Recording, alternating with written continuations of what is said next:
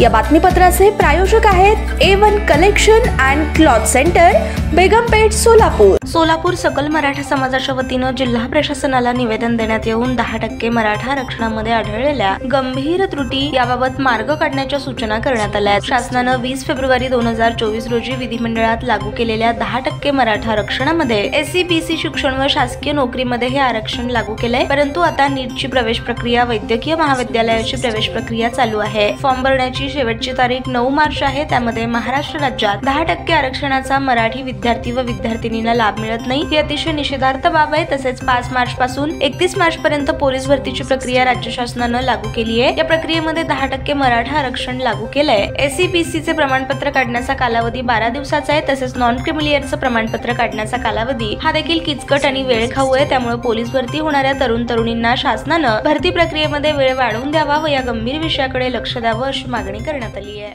आज आम्ही सकल मराठा समाज सोलापूर शहर व जिल्ह्याच्या वतीने माननीय जिल्हाधिकाऱ्यांना निवेदन द्यायला आलो होतो। 10% मराठा आरक्षण जे राज्य शासनाने जाहीर केले, जे आम्हाला मान्यच नाहीये, पण जाहीर केले, त्याची प्रोसेस चालू झाली आहे। पोलीस भरतीची प्रोसेस काल 5 मार्च 31 मार्च पर्यंत प्रवेश प्रक्रिया चालू झालेली आहे। फॉर्म भरायला सांगितलेले आहेत।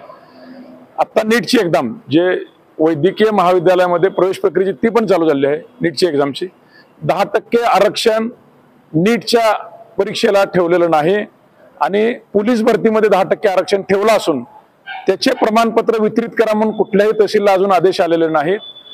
त्यानंतर त्याला क्रिमिलेअर मध्ये पण राज्य शासनानं ते वेळखाऊ धोरण आहे।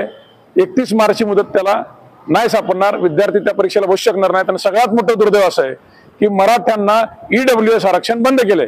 का बंद केले तर इकडचं 10% दिले म्हणून, आणि या 10% मध्ये देऊन वैद्यकीय मध्ये प्रवेश मिळत नसेल तरी दिलेलं आरक्षण काय कामायचं आहे।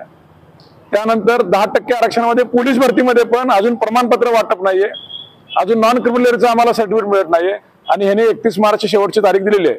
तर हे पोलीस भरती प्रक्रियेमध्ये असलेल्या तरुणीवर मराठा समाजाच्या खूप मोठ्या अन्याय हे शासन करत असून त्यासाठीचे निवेदन दिले आहे। याच्यावर एकच मार्ग आहे, नीटची आणि पोलीस भरती प्रवेश प्रक्रियेची याची मुदतवाढ केल्याशिवाय शासनाला गत्यंतर नाही, अन्यथा सकल मराठा समाज खूप मोठ्या प्रमाणावर रस्त्यावर उतरून शासनाच्या विरोधात नक्की आंदोलन केल्याशिवाय राहणार नाही। या मुद्द्यावर तुम्ही स्थानिक आमदार सचिन कल्याणशेट्टी यांच्याशी चर्चा झाली असं कळतंय, नेमकं तो प्रकार काय होता?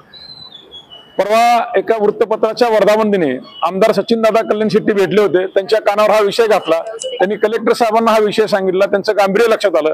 त्यांना पोलीस भरती प्रक्रियेमध्ये असलेल्या विद्यार्थ्यांना त्यांना फोनवरनं बोलायला सांगितलं, नीटच्या भरती प्रक्रियेमध्ये असलेल्या मुलींशी त्यांना फोनवरनं बोलायला सांगितलं की शासन जे देतंय त्याच्यामध्ये मराठा समाजावर कशा प्रकारे अन्याय होतोय। त्यांना ही बाब लक्षात आली। त्यांनी तातडीनं DCM साहेब माननीय फडणवीस साहेबांना त्यांनी फोनही केला, पण अजून त्यांचा काय पॉझिटिव्ह रिप्लाय आलेला नाही। त्यामुळे आज आम्ही कलेक्टर साहेबांच्या ही गोष्ट कानावर घातली, त्यांना हे निरीक्षर निवेदन दिलेलं आहे। लवकरात लवकर या विषयावर तोडगा निघावा व मराठा समाजाला दिलेलं जे आरक्षण आहे 10% त्याचा लाभ मिळण्यासाठी शासन स्तरावर प्रयत्न व्हावेत, अन्यथा शासनाला त्याचे परिणाम भोगावे लागतील। ताज्या बातम्या पाहण्यासाठी प्राईम महाराष्ट्र न्यूज चॅनलला सबस्क्राईब करा।